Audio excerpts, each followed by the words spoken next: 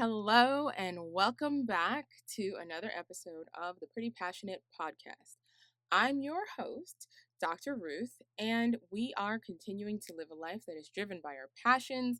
This week, we've got several things happening here. We are talking about, of course, the marquee thing is the Gilded Age Season 3, Episode 8 season finale, and what a finale it was. We're also catching up on life and a couple topics that we started discussing last week.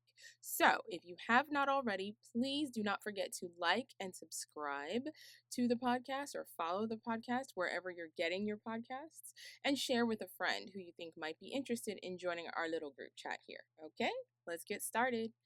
First of all, there will be spoilers for the Gilded Age pretty much the entire season. So if you haven't seen it, number one, what's the matter with you? Number two, go back and watch all of it and then watch my recaps so you can get caught up on everything going on and then join us here. So also, one more note for those of you who are anxious to get right to the Gilded Age coverage, I will be making a note in the show notes and at the bottom of the video to indicate where the Gilded Age discussion starts in the video and in the audio file. We're going to start with a life update. Y'all, in Georgia, it is back to school time. And it is also about to be the end of my somewhat slower season with work. You can rely in plastic surgery on a couple of slow seasons or seasons that are not booked and crazy, and I'm grateful for them. August, September, which is like back to school time, people are settling into that and really not focused on trying to be, having surgery, recovering from surgery, etc., getting their last little bits of summer in, don't want to be in a faja, you get it. And then, of course, there is the holiday hangover, top of the year. So you'll probably notice if you follow along with me long enough that that's when most of my trips are, is during those times. That said, it feels like this year is going on warp speed. Like, what happened to the year? I feel like I should probably get started on my Thanksgiving menu since we have confirmed that I'm hosting Thanksgiving this year. I'm very excited about that, but I'm also in a trip hole, which, like, if you ever saw that commercial from years ago where they talked about being in a show hole with streaming, is like basically it's a period of time when I don't have anything concrete scheduled booked on the calendar. I know what we're doing for the holidays. I know that we have several important dates coming up. My husband and I's anniversary, my son's birthday, things like that. But we don't have any vacation plans on the calendar, and that makes me nervous because I'm the kind of girl who looks forward to those kinds of things in a way that gives me fuel for everyday mundane stuff that kind of grinds you down a little bit. You're like, all right, but in a month or in 2 weeks, I'll be X, Y, and Z. I don't know. Just gives you something like really fun and different to look forward to. And whenever I don't have anything booked, I'm like, okay, I got to get something booked. So I am researching right now, maybe trying to do a little getaway for my husband and I for our anniversary in September. Also, last fall, we did the cutest trip with the kids. We took them up to Tennessee to the Great Smoky Mountain National Forest area, and we booked a cabin. Stayed there almost a week, actually, and it was so magical. The cabin we stayed at had breathtaking views of the Smoky Mountains. That's why I'm wearing my Smoky Mountain t-shirt. That's a bear. That's a black bear. And we saw plenty of those. And it's crazy because my son was only like 2.5 at the time of the trip, but he recalls details about that trip now as though it just happened, as though we just got back from that trip. And at his age, that is pretty impressive. I mean, he has really good memory in general, but I just know I love in my mommy heart that we are building those magical foundational memories with them, and it's not a waste to travel with your small kids. So this is your encouragement. If you were thinking of doing a little getaway with your kids, if you're like, oh, they're kind of young, they won't even remember it. Negative. I went on a Disney cruise with my daughter when she was 4. She still talks about that trip as if it happened last week. Her experience at the Bibbidi Boppity Boutique, she still uses those accessories, and she's 6. So I'm just letting you know. But I'm looking forward to doing something like that. And then we'll probably be right into holiday season. My sisters and I are definitely getting tickets for the Brandy and Monica tour that is coming up this fall. We're not concrete on the dates, but I got some stuff in the pipeline, but I love to travel. Love to have something on the calendar to keep me going, to keep the excitement up. Last week we opened the topic of establishing female friendships over the age of 40, and I asked you all to send in your tried and true methods for expanding your social circle once you're out of the typical ways that most of us made our lifetime friends, be it school, for me, residency, military service, all of those areas where you're kind of dumped in a room with strangers, and it's a natural thing that you're going to find friends in those situations. Like, so your responses, thank you so much for sending those in to prettyprescription17@gmail.com. Your input is always more than welcome. Your top responses in order of popularity were 3 to 1. Number 3, apps. Okay, this was a surprise for me. I'm a woman of a certain age. My husband and I did meet on Match.com, but at the time it was very like taboo. Ooh, you're dating online. Like, you might get killed. You might end up in someone's freezer and whatever, all that stuff was still very applicable cliches. So back then we didn't even tell it people like directly that we met online. We just kind of skirted right over the how did you meet questions. But now, now it's a totally different playing field. But on the apps for friendship, I know that Bumble, I had heard of a friend division, but I'd also heard where that can go completely left, where, someone is in the friend area or they think they're in the friend area and somehow they end up in the not friend area, and then some shady stuff begins to happen. So that's why I always looked, I think, at these situations as more like Tinder in disguise. And perhaps I've judged it too quickly because a couple of you really think that this is a good way to meet friends and have met. I had one person tell me that they met their BFF like of a few years. Like they are like thick as thieves, keeping in touch, and it's a real genuine friendship and they have so many interests in common. That's really cool and not easy to do over 40 to meet someone who's kind of on the same page with you. So maybe if you can find some intentionality through these apps and it's not just tons of swiping and unanswered messages, then that might be great. The second one that y'all mentioned was number 2 is church or religious organizations, like participating, joining ministries, volunteering. Sometimes churches will have like feeding the homeless or clothing drives or things that you can volunteer for, and that is apparently a great place to meet like-minded people. And also participating in small groups or whatever little small breakout sessions that your religious organization might offer as a good way to meet people. That's a little bit more intimate and detailed than your average church service or religious service where you really don't talk to people that much throughout the service. And the most common thing and the most consistent thing that I got back in feedback from you guys was hobbies. Going deep on your hobbies and your interests as the number one thing you guys suggested for making new friends over 40, using Meetup, going to meetups like meetup.com meetups, joining local clubs and organizations like your local gardening club or your local French language club. I'm naming ones that I'm actually part of, so those are not specific recommendations. I'm just naming ones that I have actually joined. Attending conferences, for example, that pertain to your particular interest, travel groups, etc. So, what I read from that is basically I should be attending Dragon Con this year and planning to go to Comic Con next year if I'm going to meet some best friend over 40 soulmates. Hey!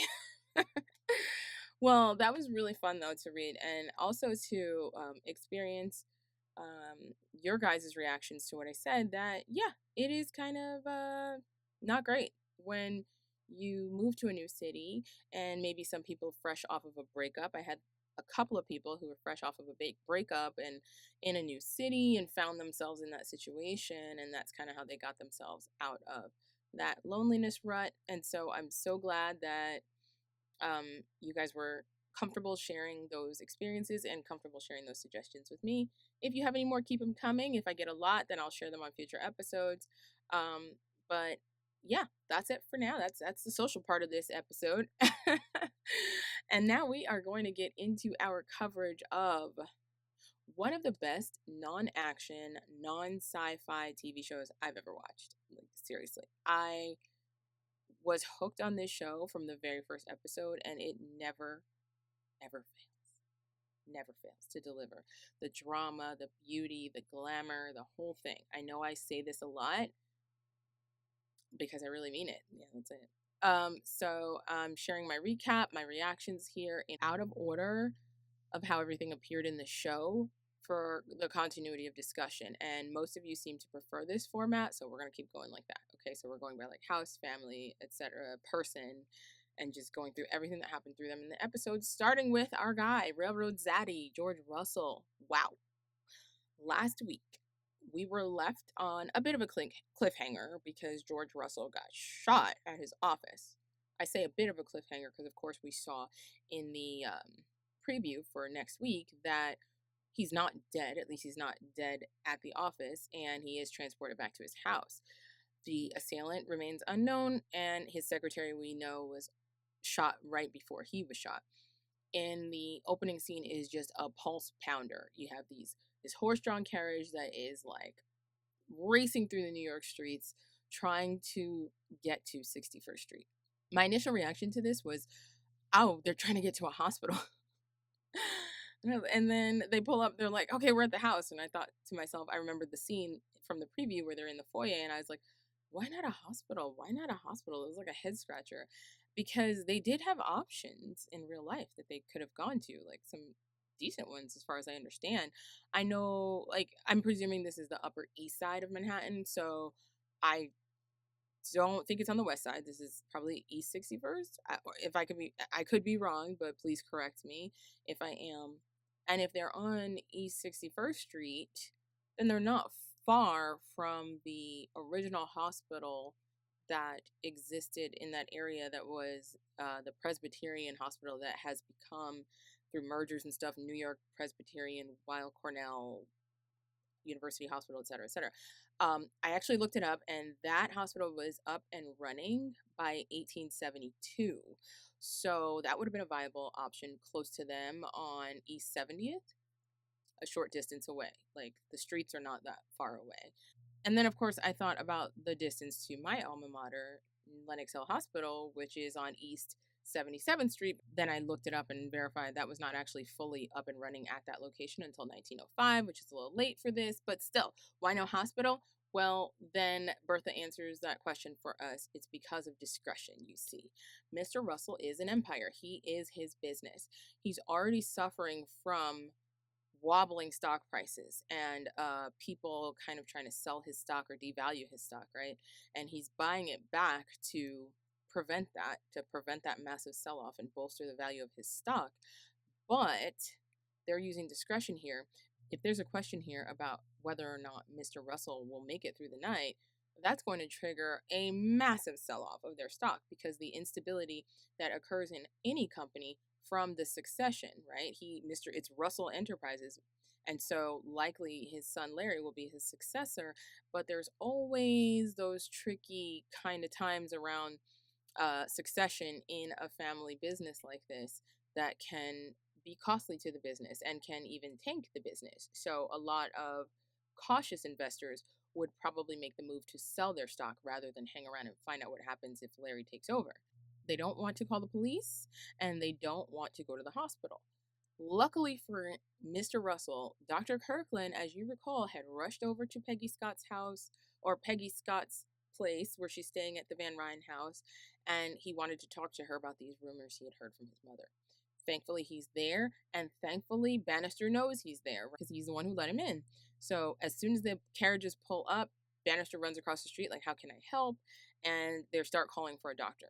Their doctor is Dr. Racist Faced, whose name Dr. Logan, yeah.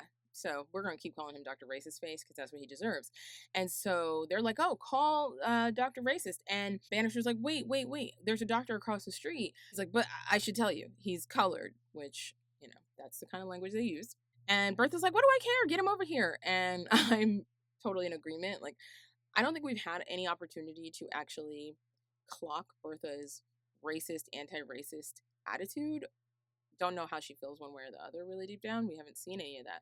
But in this moment, child, she doesn't care. She cares that he's a doctor and he's going to save her George, because her being a widow is no good. No good at all. So, luckily for him, Dr. Kirkland comes running. He didn't even have time to grab his bag. So, Marion ends up bringing it over and uses that, obviously, as an excuse to be in the mix and find out what's going on, as she really does care for the Russells, even though she's still on the outs with Larry. She knows Larry was not lying about what happened at the Haymarket, so yeah, this is her opportunity potentially to make right with him. Dr. Kirkland gets there and does what he does, baby. Okay, he starts telling people what to do. You get this, you get that, give me this, give me that. And I mean, movies and TV, I always have to like turn off my medical brain because they focus a lot on get the bullet out. It was still very digestible, even for someone who knows that this is mostly drama, and that if the bullet had penetrated his chest cavity in this day and age, it would be rough going for him on a dining room table. So it seems they make it so that the bullet hit his rib. I'm imagining there's a fracture there and got lodged somewhere in that region. He's able to remove it, stop some bleeders, and close the wound with some iodine soaked cotton to prevent or to deal with infection, because infection and sepsis is already setting in rather quickly. But, superbugs back then, yeah. Then Dr. Race's face makes an appearance, and Bertha's like, "Where were you?" "Oh, he was delivering twins, and one of them was breech." Fair enough. Then he kind of is really rude to Dr. Kirkland, who introduces himself very politely, and he's like, "You're a doctor? Where did you study?" And he's like, "Howard." Okay? Check it. Check the resume. And he's like, "Oh, well, we'll see about that," and pulls back the bandage and sees a beautifully sutured wound with some packing, because he's not an idiot. He did not completely suture an infected wound closed. So shout out to the person who did some research for the medical aspects of the script here. And then he has to step back in his arrogance and acknowledge that, this black doctor actually did a really good job, and not only did he do a really good job, he saved your life, because absent his arrival, he would have bled out, he definitely would have died from infection. And George Russell's not out of the woods, clearly, but he benefited from having Dr. Kirkland there just in the nick of time.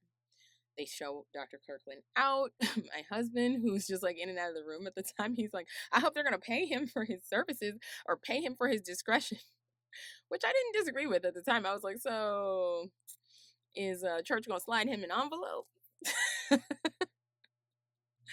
But to George Russell's credit, he always repays a debt. Later on, he acknowledges Dr. Kirkland's heroism, not only by calling him over to thank him in person, but also hands him an envelope that has some kind of fat check in there.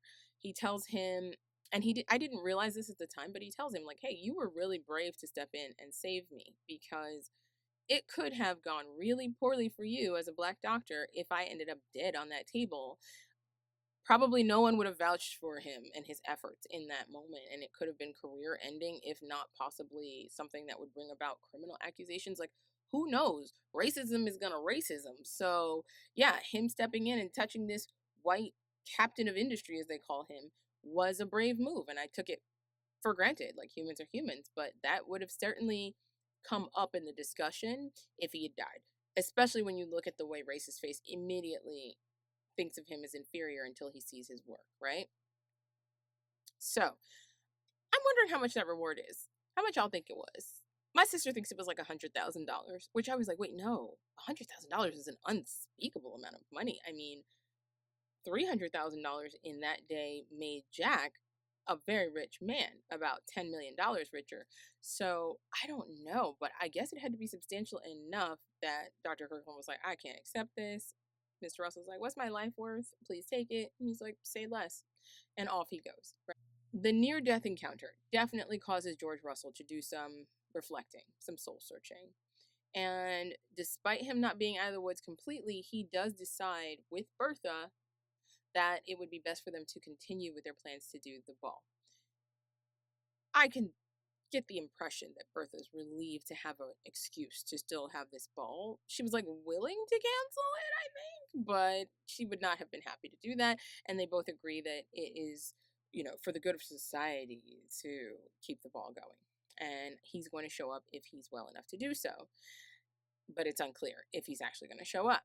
Bertha wants them to, obviously, everyone arrive and present the united front, but that remains to be seen, and we'll see in the final scenes later that we'll discuss.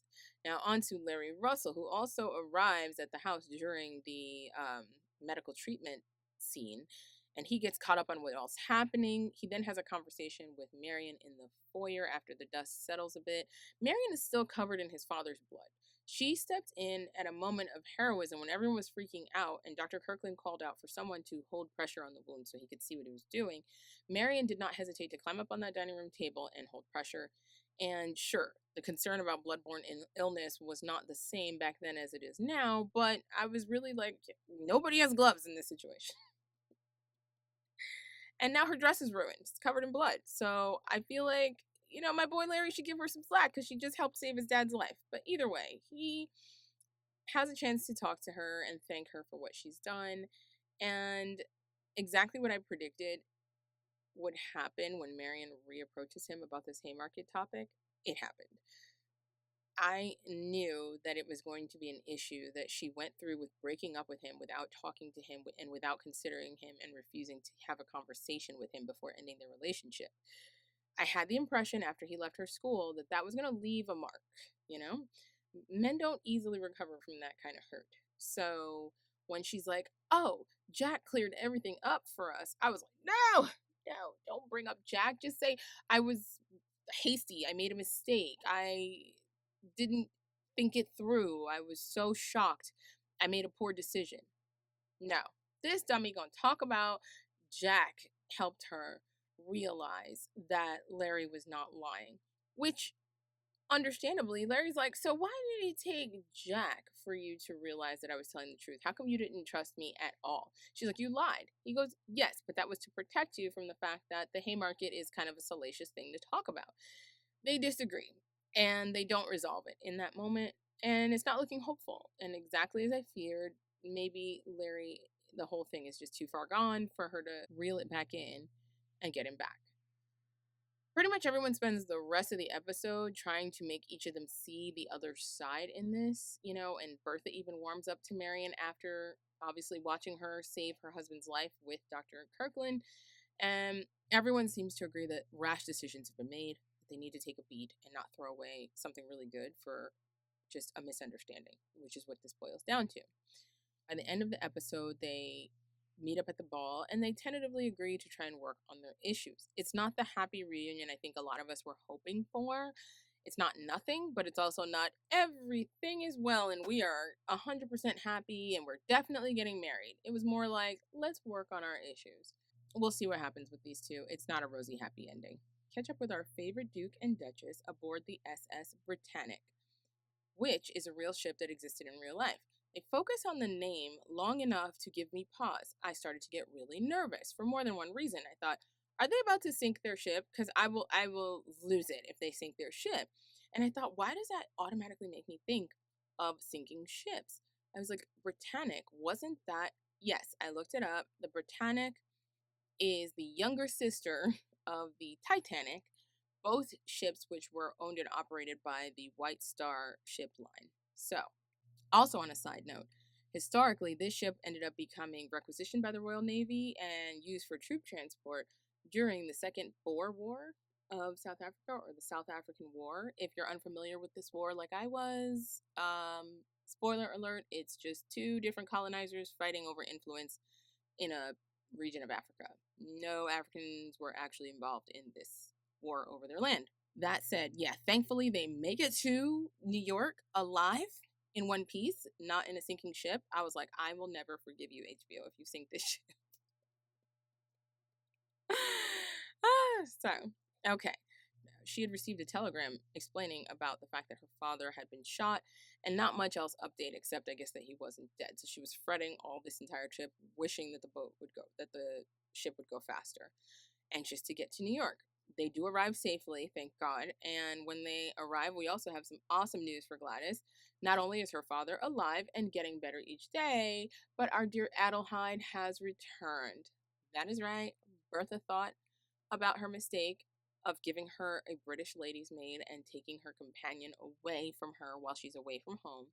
And so Adelheid is thrilled. She's practically screaming and kind of out of decorum, it seems, even like just so happy to see her. She does call her Your Grace, which is very cute. And Adelheid is so happy to hand Mrs. whatever her name is The British lady's maid, her walking paper. She hands her an envelope. She's like, "Here you go. Here's some money, like a parting gift, and a ticket on the next thing steaming, going back across the Atlantic to London, where you belong." And I just cracked up laughing at how she was so happy to return that woman to England so she could have her Gladys back. So very cute. And you can see that Gladys is walking taller. She is confiding in the Duke. They are supporting one another. She looks happy. She's undeniably happy. The Duke has definitely made steps to put Sarah in her place. He confirms, even in this episode, that he wants Sarah to have her own house because there can only be one Duchess. So I love that they leave no question for us that Gladys is getting a happy ending. They preside alongside Bertha in the greeting line for the ball, and everyone is really impressed. I enjoyed that, even though, yes, we're mad at Bertha about how she got here, that she did get her moment to have her Duchess and her Duke by her side with her at the top of society, greeting everyone as they arrive at the ball. I have to say, though, I did not like Gladys's dress for the ball. Am I the only one? It was very green. It was very green. It was not giving. I'm sorry. Of all the beautiful gowns that we have seen Gladys wear and seen all of the ladies wear, this did not do it for me. I thought she was going to come out in something, I don't know, befitting a Duchess, and it looked more like something befitting unmarried Gladys. Anyway, later we find out that Gladys has even more good news that they are expecting. Yay! I'm so happy for them. I'm happy that we moved so far away from that creepy first wedding night on the ship that they shared and into what looks like Gladys settling into her role as the Duchess. On to our girl, Peggy. Okay, we catch up with Peggy back in Brooklyn at her parents' house. She's catching her mother all up on everything that happened at the Russells the night before. And she's explaining that, Dr. Kirkland was at the Van Ryn house actually that evening calling on her. And her mom's like, "It's awfully late for a visitor." She said, "Yeah, but you know what? We never even got down to the topic that we were set out to discuss because we got interrupted by all the drama." They share the most adorable moment where they're kind of like titillated, like, "Oh, is he going to propose? Is that what he came to talk to you about? Has he spoken to father?" Like, they're both like excited and they definitely don't see the train coming. I felt so bad for them. So Peggy's mom leaves. Next thing you know, the mood is so somber with Peggy and Dr. Kirkland sitting in the living room.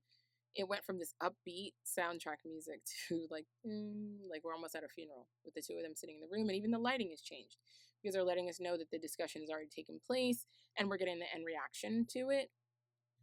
Poor Peggy. I mean, she's tearful and he is listening to her. He's not trying to overtalk her, and he doesn't even seem angry so much as he's really just trying to understand, but is really sad. And he's a true gentleman. He gives her a kerchief when she starts to cry, and they don't arrive at a conclusion in that discussion. He basically tells her that he's afraid that essentially it is over because this newly revealed information will be almost impossible for him to, I guess, change his mother's opinion on. I know some of you are saying the same thing I thought, which is, who cares about her opinion? But I have to remember that the time frame this is happening in, and that not having his mother's approval is a big deal.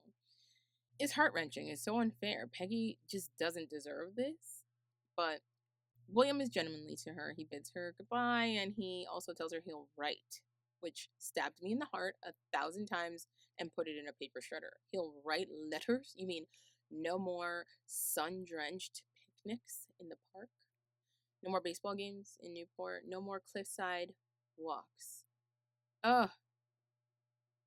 Peggy is waiting for her mommy on the stairs and falls into her arms, sobbing. Her mother tells her that she's worthy and that she deserves a husband who will treat her with understanding and give her grace and understand that she's a person, The circumstances were really beyond her control here.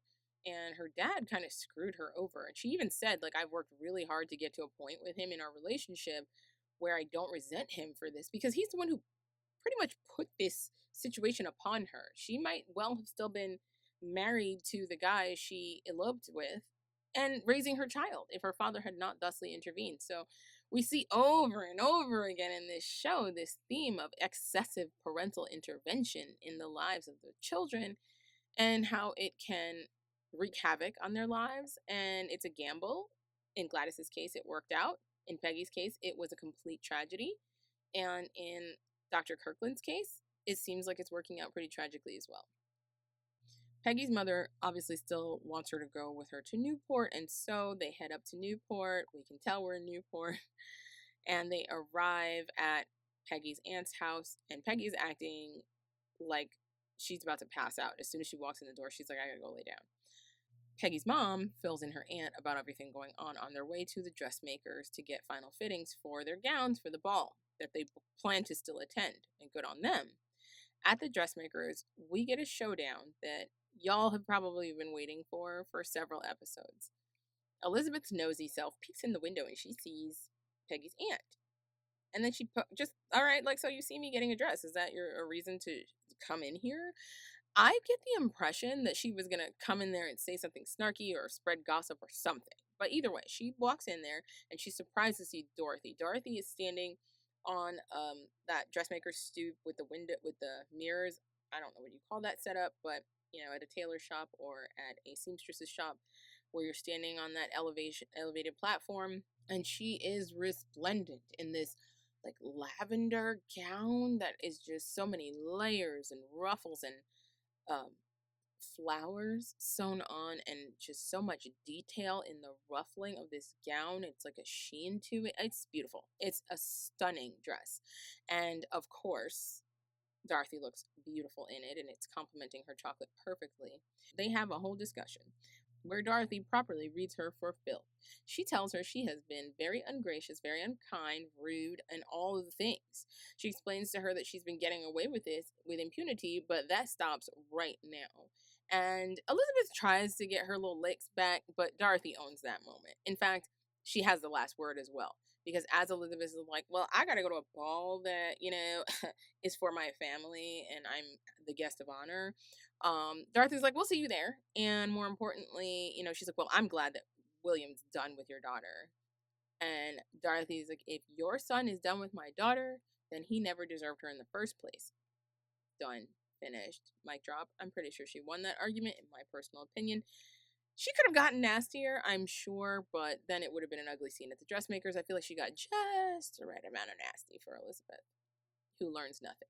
But over at the Kirkland house, honey, the hits are going to keep coming for Miss Elizabeth, because she's all chippy cheery chatty town talking to Dr. Kirkland as he comes downstairs, and he's like, I'm not going to this ball. What do I need to go to the ball for? He's heartbroken. And she has no idea. Like, she's like, what is the problem? Go get dressed. Finally, Mr. Pastor Kirkland steps in, slow clap, and puts this woman in her place.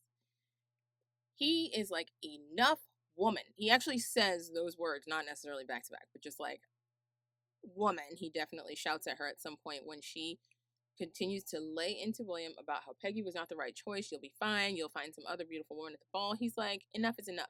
You have meddled in our children's lives to no benefit to them, and it's time to stop. Peggy is a human, let God be the judge. He says all the things that we have been thinking, and he says them forcefully, and he says them with finality. You can tell that, like, at the end of the day, Miss Elizabeth, she gets away with doing a lot of this, but his is going to be the final say. And his final say is that it's up to William what he does from this point on. And if I could have reached through the television and hugged him, I would have, because finally. I get the impression he generally is like George Russell, and it struck me, this parallel, in these two families, different socioeconomic backgrounds, different races, different as can be in so many ways on the surface, but when it comes right down to it, family is family, people are people, and you have this matriarch who is excessively meddlesome in the affairs of her children, to their detriment, most would say, or in some way, in a way that damages them and that makes them unhappy. And there's a son and a father laying into her about it, much in the same way that Bertha Russell was getting emotionally beat up by George and Larry. And I thought that was not a mistake on the part of the writers. I think they were trying to show us the universality of some of these human interactions and some of these emotions, right? Mothers who just want what's best for their kids, where does it end? How far they're willing to go to make certain things happen for their kids? That's a tough question because I don't have an answer for you about how far I would go for my children. That's. Mm-hmm. Mr. Kirkland tells Elizabeth, like, you head on over to the carriage. I'd like to have a word with my son. And he lets William know that God is ordering his steps and that he should listen to that still small voice, that internal guidance that God gives him to make decisions. So William is left with that thought. His father goes to the ball. And then we get to the Scots at the ball, the gala, rather, who are like wonderful and supportive of Peggy. They show up with her in force, and she looks like a dream in baby pink. I mean, the hair, the dress, the way it fit her, and the color, just the most flattering, like pastel pink. And the fabric had like a little sheen to it, and it just fell across her shoulder just so. The shade of pink complemented her skin tone so gorgeously. I just was obsessed. I was like, Gladys, you should have went to Newport to get your dress, clearly. So her friends are there. They grab her up and they cheer her with good news, and they're chatting, and before you know it, another handsome gentleman pops up out of the blue and he's like, hey man, have this dance. They shove her forward. She goes off to dance with him, and it's clear that at least for now she's forcing herself to move forward in life, which is good. William arrives at the ball looking debonair. He is searching the crowd for Miss Scott and Mr. Scott and the family. His mother sees him, and his dad has his mother's arm and is like not letting go. She tries to like get at him, and he's like, let him be. William goes right for Mr. Scott, asks him to have a word, and he just has a man to man with him in the hallway. Like, this might not be the right time, but it's the time that it's happening. I'd like to ask you for Peggy's hand in marriage. I love that Mr. Scott pulls no punches here. He lets him know, like, hey, you broke my daughter's heart. It's clear that you guys have fallen out. But one thing I want you to understand, a marriage is between a man and a woman, not the man and a woman and his family. Do you understand that? Before he can give his blessing. Obviously, and any good dad would want to make sure that he's not sending his daughter off to a long life of misery dealing with a mother-in-law who hates her before she's even a part of the family. So after being held to task, William is not daunted. He assures him that he's got it well in hand. He'll be able to handle his mother, and he will be able to defend our dear Peggy against her and put her in her place. And I also get the impression that his dad is going to back him up here, so he won't have to work too hard. At least we hope. After Dr. Kirkland passes the sniff test with Mr. Scott, he gets his blessing, makes a beeline for Peggy. Okay, Peggy's still on the dance floor with handsome gentleman who does not have a name. I didn't check the credits for his name. Apologies to the actor. He did a great job. Very handsome. R.I.P. to this character because he might as well have died or disappeared the minute Peggy saw him. It's like he just, who? Like, she faltered in her dance steps, let go of his hand, locks eyes with Dr. Kirkland, and it was a beautiful moment. I'm not gonna lie. I screamed. He grabs her, he dances with her, he apologizes to her, he lets her know, listen, if she'll have him back, he will never, ever, ever leave her again. And I believe him. I do believe him this time. So, meanwhile, Elizabeth Kirkland is like a dog on a leash straining against her owner, like trying to get away from her husband so she can stop William. But she's too late. William is focused and he stops mid-dance, drops to one knee. I screamed again. My husband is like, oh my gosh, he's like, can't wait for this show to end. But William pops the question. I don't know where he got this ring from. They didn't say if the ring was an heirloom or what. Oftentimes, the eldest son will have his mother's ring for this kind of thing. But either way, he's got a ring and he pops it out and properly proposes to her with her father's blessing. Peggy is just transported. She's like, am I on Earth? What is happening here? And he's doing it, by the way. Make no mistake, it's not a coincidence that he's doing this at the gala. These rumors about Peggy are running rampant in their community, okay, and her reputation has already been tarnished thanks to his mother. And it felt very intentional to me that he chose that moment and that location to propose to her in front of all of Black Newport, more or less. Peggy is like verklempt, is what the word I would say, and happy and almost choking back tears. And then we kind of move on. We see the faces of the parents. Obviously, Mr. and Mrs. Scott are thrilled. Mr. Kirkland is happy. Mrs. Kirkland has just sucked on a lemon, apparently. And I'm like, yeah, get what you deserve. And funny enough, they move on to other scenes, and I'm all like tearful and happy. And my husband's like, so did she say yes? Mind you, he's not watching this show with me. He's just showing up at the times that I'm screaming. And he's like, did she say yes? I was like, well, yeah, of course she said yes. He goes, are you sure? So we rewound it. I watched it again, and I saw that she didn't actually say yes. I'm going to leave it at she said yes, because they better not play with me. They better not play with me. She better say yes in front of all these people and enjoy her happy moment and her restored reputation. And if she wants to back out later, back out later. But anyway, I don't know. Maybe I missed something, but she definitely didn't say yes. But I'm going to assume that Peggy is getting her happy ending, and I am here for it after everything this poor girl has been through. Oscar Van Ryn, our favorite swindler. Doesn't he just look like a swindler? He's got a whole swindler vibe going. Anyway, Oscar Van Ryn, he always bounces back. He has 9 lives. He runs into Mrs. Winterton, now the widow Winterton, at the opera. This is before the ball takes place. And he immediately smells opportunity. At first, he's after her money. He wants to invest whatever it is she's inherited on her behalf. But there's more. He's like kind of pushing up on her, and I was like, maybe he's trying to see if she's interested in having a new mister, right? So he then ingratiates himself to her using his connection to the Russells to get her an invitation to the ball. We know she was not going to be invited because, as far as Mrs. Russell is concerned, when as soon as Mr. Winterton died, honey, she turned immediately back into dusty old Mrs. Turner, who had tried to slip into George Russell's bed, if you recall, and steal her whole life. So, understandably, she did not get an invitation. But Oscar leverages his connection and promises to get Marion to attend the ball for Larry's sake if Mrs. Russell will extend an invitation to Mrs. Winterton. This is clearly, by the end of the episode, we see Oscar's way of showing her, hey, you don't have the connections I have. You don't have the name and the good breeding that I have. You have money that I don't have. And each of us has our own home, right? Like he has that cottage that John Adams left him, remember? And she said that she has a modest home on the Hudson, which who knows what these people mean by modest, right? What they call a cottage is insane.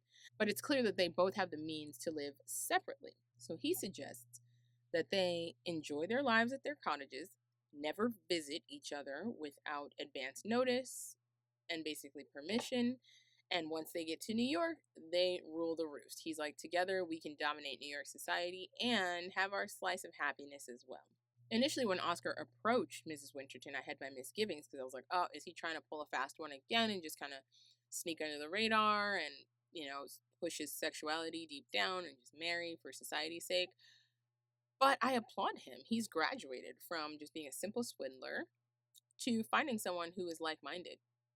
I think this is a good match, actually. I feel like John Adams is in heaven, like, yes, well done. You found somebody who you can be your authentic self with and do her a favor. She doesn't have to hide who she is to her would-be husband.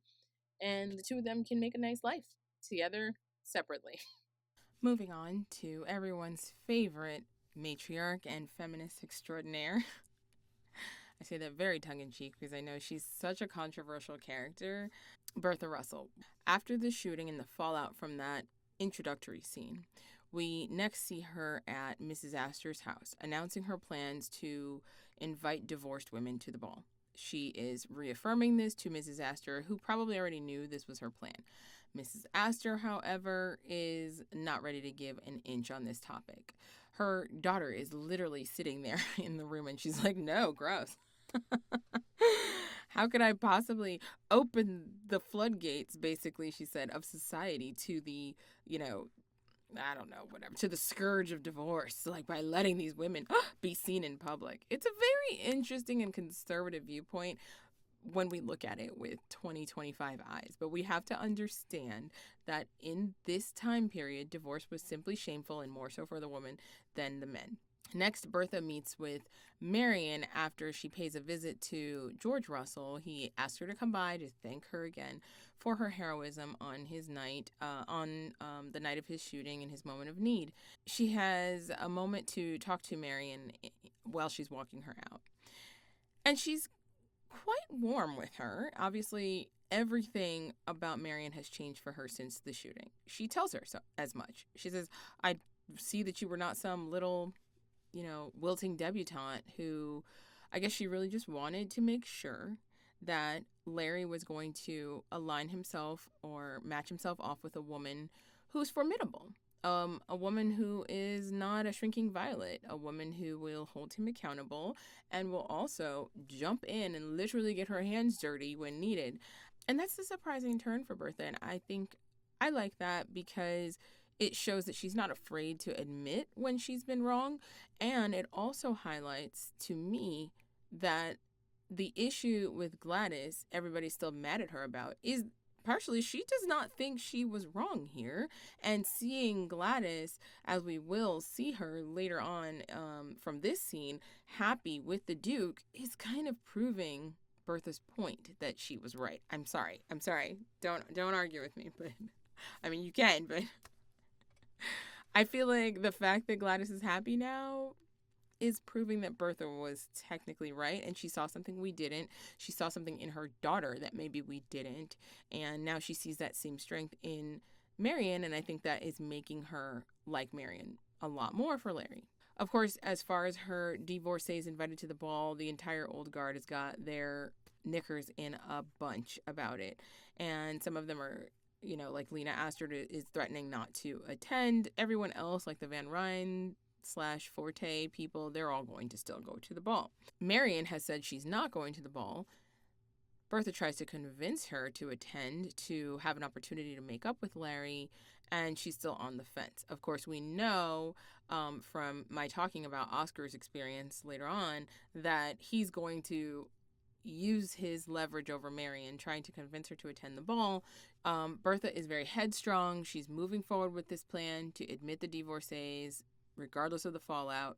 My sister feels very strongly, so I thought I would mention that Bertha is doing this because she is currently very vulnerable and sees herself as potentially one day being a divorced woman, and she wants to sort of, as an insurance policy, pave the way for her to not lose her seat at the top of society. Interestingly, on a historical note, Alva Vanderbilt was divorced from Willie K. Vanderbilt, who is Consuelo Vanderbilt's father. Consuelo Vanderbilt is the historical figure that Gladys' situation with the Duke was based upon. And interestingly, Alva did not really sacrifice or lose her position in society upon divorcing Willie K. Obviously, there was controversy, but it's an interesting historical note to remind ourselves of in the context of Bertha and George's marital troubles, and Bertha now really pushing the envelope to allow divorcees back into society. Maybe she's foreshadowing, or she's just aware that she is in peril of becoming one of them herself. Eventually, of note, Agnes, Ada, and Marion do form ranks around Mrs. Fane. They agree to kind of arrive at the same time as her and shield her from the dirty looks she's anticipating receiving at the ball. When Mrs. Fane mentions that people are going to be throwing dirty looks her way, I know that they're in a time when people behaved with decorum and dignity, but sometimes I really wish that, like, Mrs. Fane would take her earrings out and be like, who wants some? Like, I mean, I see you looking at me, Mrs. Smith. Do you want to have a conversation outside of this ball? I do sometimes wish that that there was an ability for her to defend herself in that way. Obviously, that would make things way worse for her in this scenario, but it just cracks me up sometimes that people were so bold with their words, I guess because nobody was very loose with their hands back in the Gilded Age. Okay, on to the Van Ryn, Forte, Brooke household. There's a few things that happen under this one roof that I'm going to cover. So, Mrs. Van Ryn. if you recall from last episode, she's been avoiding this woman from the New York Heritage Society who's been trying to get in touch with her. Numerous letters. It's kind of been a side note, a footnote, nothing of importance, but kind of a way for Agnes to say, I'm not interested in talking to her because I'm certain that she's trying to just get a donation and I'm broke. And so they run into the same woman last episode at that big suffragette meeting that was hosted by Ada and sponsored by Ada. Ada, it turns out, has summoned the woman back to their 61st Street home to have a brief discussion with Agnes. So I'm guessing in this moment, like, okay, Ada is aware of what this woman wants. The woman shows up. She's paying again compliments to Mrs. Van Ryn's very deep and very rich history in New York society, and as a member of a family that had a very strong role amongst the founding fathers of the country. Agnes makes an offhand comment about the portrait of one of her ancestors in the room, and that, he actually read the presidential oath of office to George Washington, or, for him to recite it. So those are some deep roots in the American fabric. I think the whole point of this is that, ultimately, the woman tells her, we just want you to serve as vice chair on our organization. We actually don't want money from you. We're well funded, which is great news. Obviously, that news comes a little too late after Ms. Van Ryn has already admitted that she's broke, but I think this is a good little taste of humble pie for her to just get out with it. You're running around hiding from people, being ashamed. Own it. Own who you are. Own your situation right now. The woman assures her that money is not a part of the picture, and I think this was a very important moment for Agnes to, one, reconcile with the loss of her fortune with someone outside of her family and just own it, who she is. Two, I think it was really important for her to be reminded by someone outside of her family that her significance is not only about her wallet, that her significance in society, her right to be in the rooms where the important people are, her existence on the guest lists of all of the top events in society is not just about her wealth, but it is largely about who she is and who she hails from. And social currency, money in this time, in this day and age, was just not everything. And I think Ada was very kind to help Agnes get a reminder of that. We see that kindness pay off in the very next scene when they're sitting down for family dinner, and Agnes volunteers that seat at the head of the table to Ada, saying, this is your house, you run this place, you should sit at the head of the table, and rightfully so. But you can see the direct link between her having this newfound purpose that is not driven by her wealth and her monetary influence in the world around her, and it's giving her maybe more kindness and more willingness to relinquish that top dog spot to her sister, who's been occupying it for a long time but competing with her. In other adorable household news, so we catch up with Jack. He visits the staff, and this warms my heart so much to see him downstairs. He's having some food, talking to Mrs. Bauer about how his new house staff are wonderful, but Mrs. Clancy, the woman who runs his household, is a terrible cook. So I don't know if that's actually true or if he's just flattering Mrs. Bauer and letting her know how much he misses her, but it's very sweet and well received, of course, by everyone except the bitter, sour as a lemon Mrs. Armstrong, who makes a comment about, because of the number of staff he has, the footman is living like a prince. Ma'am, did this man not generously pay you a portion of his earnings from this invention without your having invested a single cent? I really hate that she's still in this place. I think she's actually my most hated character on the show, besides Elizabeth Kirkland, obviously. Armstrong is even worse than Elizabeth Kirkland to me because she has zero reason to be mad at Jack or treat him poorly at this point, except haterific jealousy. And I cannot have any empathy or respect for someone who operates that way, especially after he's been so kind to her. On another note, later on, Bridget pays Jack a visit because Bridget was real interested in this staff he has. She was asking a lot of questions like, are there female staff? Are they young? And kind of interested in learning, I guess, if he was getting to know them. Because, they kind of had a little thing, a little flirtation, very innocent when Jack was living at the house. It obviously never went anywhere. They're just friends, but it's clear that they always had a little cute something going on. So when Bridget shows up at his door, dressed in a very lovely dress that I think she probably bought herself with some of her earnings from her investment, she shows up on the pretense of Mrs. Bauer observing that he is thin now because of his terrible cook, so she sent over his favorite stew. He happily lets her in the house, and she serves him a nice hot bowl and stands there, and she's chatting with him, but you can tell she's just kind of like, okay, standing there, behaving like, someone who works as a servant. Jack asks her to have a seat at the table because it's weird to be talking to her and she's standing there. She at first declines, saying, I'm a servant. Like, I can't sit at your table. And he insists. And I just love the moment where they sit down and they start talking. And Jack admits to her that her presence there is actually making him feel safe. I love this. I completely ship this. I hope that Bridget is actually going to turn out to be the one, that they're going to get married and build this beautiful life together with this mutual and very deep understanding of their origin stories, despite their great wealth, that they will be, very kind employers, and all that stuff is going to stem from this beautiful history they share. I hope. I don't know. I can see it. Because anybody else Jack is potentially going to match with in society, right? They have to be of a level. They're going to have to, he's not going to be able to match with someone who is currently a servant, because one thing's for sure, it's going to be hard for him to know what that person's motivations are for being with him. That person is going to definitely see getting with him as a come up. Remember how much money he has.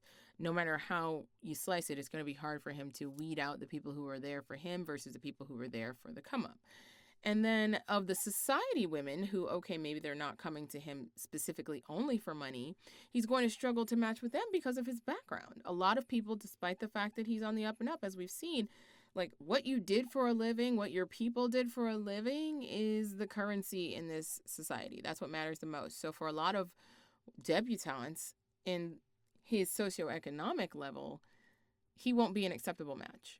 So Bridget is kind of the most obvious and best match for him. She knows his history. He knows her interest in him, and their little flirtation goes way back, before he had anything or any chances of having anything. I think it would be the most genuine fit for him. We'll see. On to the balls. So there's two events happening. The gala in the Black Newport. We covered what was most important about that, and now we're moving on to the Russell end of the year ball. We are treated to the most sumptuous Bridgerton-esque montage of the preparations happening at the Russells' Newport cottage, using air quotes again. And it looks splendid. It's just beautiful. Servants are rolling out the red carpet, literally. The china and the crystal, everything is on display and ready to serve. It is so clear that so much money is being spent for this event. Mrs. Russell, again, I'm not sure I was loving her fashion choice for this ball. She usually serves so much on just a daily basis with her outfits. I think I was expecting more. I really think if we're just ranking all of the ball outfits, I'm going to give best dressed ultimately to three people whose dresses I really liked. It's going to go to Dorothy Scott. It's going to go to Sour Elizabeth Kirkland. I actually liked her dress. I thought it was very age appropriate, but so glamorous. And then third, obviously, is going to go to Mrs. Astor because she slayed with that look. But we'll get there. Sorry. Charlotte Drayton is dressed and headed to the ball at her house with her mom. Her mom tries to shame her one last time and get her not to go. And admirably, she stands up for herself and she's like, I'm going. You can sit here and be ashamed of me if you want, but I'm going. Bertha Russell is very nervous because of the threat Mrs. Astor made about not showing up. She's worried, of course, of the effect that any news of this will have on whether people attend. Carriages start showing up, though, and it's obvious that just about everybody else is showing up. It's possible that Mrs. Astor still won't show up. The church begins announcing everyone. I love it. It's so elegant when everyone arrives and they remove their cape or their coat and they're announced as they enter the room. Bertha forms a receiving line with the Duke and the Duchess, which, is a nice touch because at least at this point in America, everyone is still so obsessed with British royalty and British aristocracy. How often is it that you arrive at a party and you're greeted by a Duke and a Duchess? So that's one of her nice touches. Charlotte Drayton arrives and she emerges alone. This begins to worry Bertha greatly because apparently at that point it's clear Mrs. Astor isn't coming. I started to wonder at that point. I was like, well, what does it matter? Everyone's already there. Like, okay, if Mrs. Astor doesn't show up, yeah, they'll talk about it tomorrow, but like, what's the big deal? But I think she's worried that Mrs. Astor is still the head of society at this point, and if she doesn't show up in protest, are people going to actually leave? Maybe leave early when they realize that Lena doesn't show up. You can sense the tension mounting, and she's beginning to question, you can see, her decision to do what she did. The divorcees have arrived, and she's still got this look on her face of like, what have I done, right? But then, baby, the music cue lets you know something's about to happen. Lena Astor ascends the grand staircase. She enters the home. Her cape is removed, and the camera focuses on the jewels, the sparkle that is adorning her neck. That necklace screams rich from across the room. I was like, that is a stunning piece. Even if it's not your style, it's eye-catching and stunning and beautiful. I liked the gown. Again, Mrs. Astor style has never been something that I would pull out of my closet in the 1800s, but it was screaming riche, baby. Just crazy. Everyone is stunned at her arrival, including Mrs. Russell. And she and Charlotte share a tender moment when she goes out to the terrace. They have a discussion, and she lets her know, like, I may be ashamed of the fact that you're getting a divorce, but you're my daughter. I'll never be ashamed of you. And big heart for Mrs. Astor for coming through for her daughter in that moment. Mrs. Fish and Mrs. Astor are having a little sideline conversation, and I love Mamie Fish. Like, she's just a queen. I'm sorry. She's just a queen. She's everywhere that matters and giving her opinion unabashedly, and I love that. So she happily reminds Mrs. Astor that in this room is the new New York. Resisting it is only going to result in her being left behind. Bertha comes along and seconds that emotion, and she's like, America is the future, essentially saying, let's leave all this tethering to European ways and European society and European hierarchy behind us. America, this experiment, this country where people are coming here essentially with nothing and becoming richer than their wildest imaginations, that's the way of the future. She was obviously right. And then George Russell surprises me and arrives at the ball. He and Bertha share a warmth that I wasn't anticipating, just given that things have remained a little distant. Even though she's doted on him since his injury and she's been at his side, I haven't seen him like fully embrace her yet, so I was pleasantly surprised to see that they are interacting in a way that no one is going to pick up on any trouble. So the ball is a huge success. But then, the next morning, I am shocked to find George Russell packing up his things. Honey, he's like, that's done. We saved the business from ruin by sparking rumors. Now I'm heading back to New York with Larry. Peace out. Bertha is completely stunned. I think she, like me, I took that moment at the ball as a confirmation that he wanted to reconcile and move forward. But oh no, au contraire. He's apparently still not clear about whether or not he trusts her enough to move forward in their marriage, whether he's still, I guess, in love with her, if he wants to stay in the marriage. And it's crushing. She just enjoyed this amazing triumph, which, you know, in part was his doing. He made sure that the ball was a success, and he obviously paid for everything and showed up. But he pretty much leaves without giving her any much more chance for an argument. She is bereft. She's completely shredded. And she starts crying. She starts crying in a room alone, and it's about as sad as one can imagine having seen Bertha Russell. I don't think I've ever seen her be more sad and hopeless looking. That's when Gladys bursts into the room. She's so happy, beautiful, happy Gladys. She's got great news for her mommy.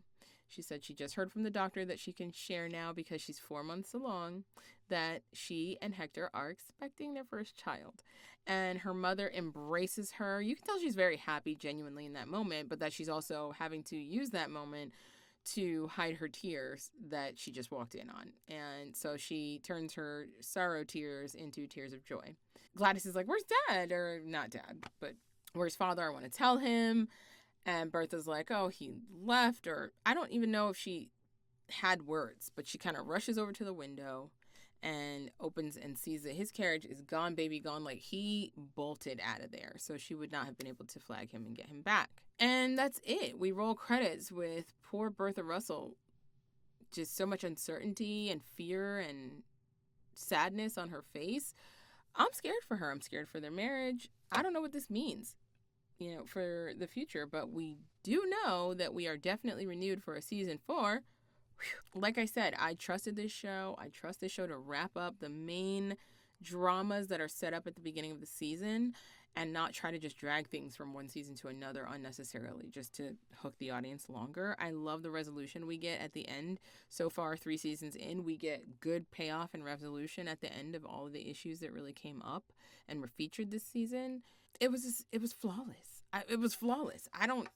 I can't think of a critique. From the photography, the scenes, the background actors, like, everything was seamless, flawless. Money clearly spent on making sure that this looked as authentically late 1800s as possible without also offending our 21st century tastes and sensibilities, Like, I think I had heard on the official podcast a few weeks ago, one of the, I think the set director for the show was interviewed, but he shared that they actually had to tone down the clutter a little bit in the decor to keep with what would be a little shocking and maybe aesthetically unappealing to a 21st century viewer, except in Madame Dashkova's house. So I say all that to say so much attention, care, and detail goes into this show, and it shows.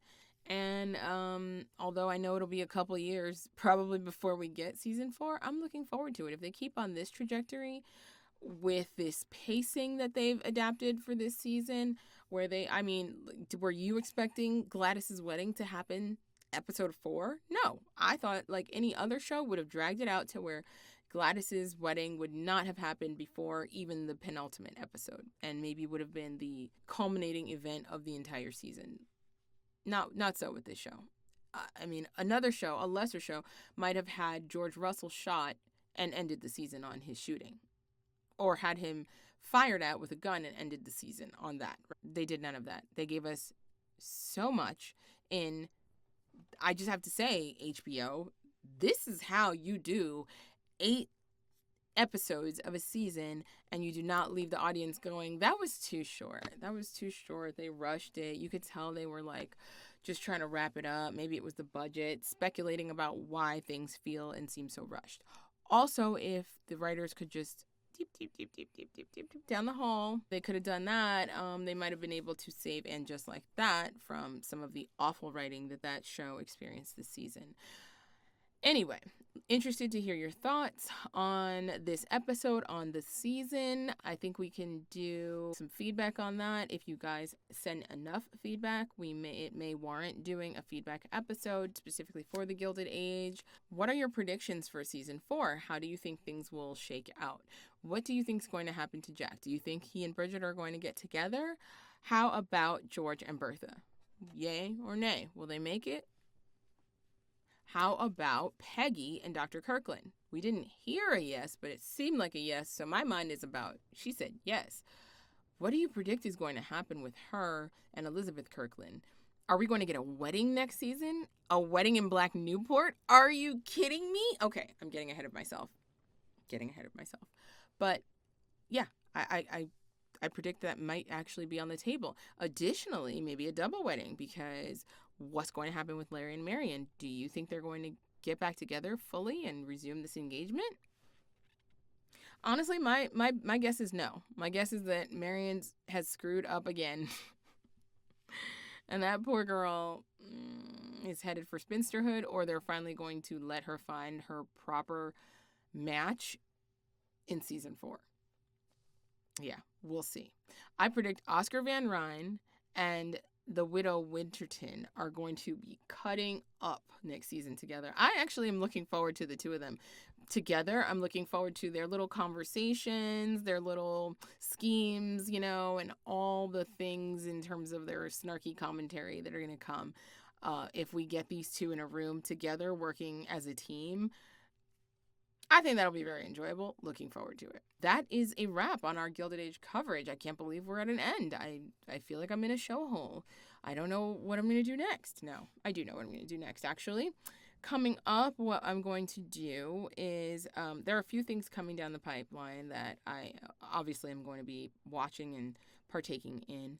My commentary will vary a little bit more from week to week, depending on what things I'm engaging in as far as entertainment and pop culture, travel, etc.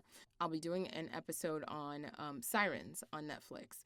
I know that I am a little late to the party, but it's a limited series that is only 5 episodes if you haven't watched it. But I want to talk about that a little bit because I think Sirens is a very appropriate follow up to The Gilded Age, looking at a family and the turmoil there within when there is an ultra wealthy person at the top of a social circle and social hierarchy, and all that is really explored obviously through a 21st century modern day lens in this show. But I think it would be an interesting follow-up to the Gilded Age coverage that we've been doing. I'd love to hear your thoughts. Thank you so much for listening. We will talk very soon. Bye.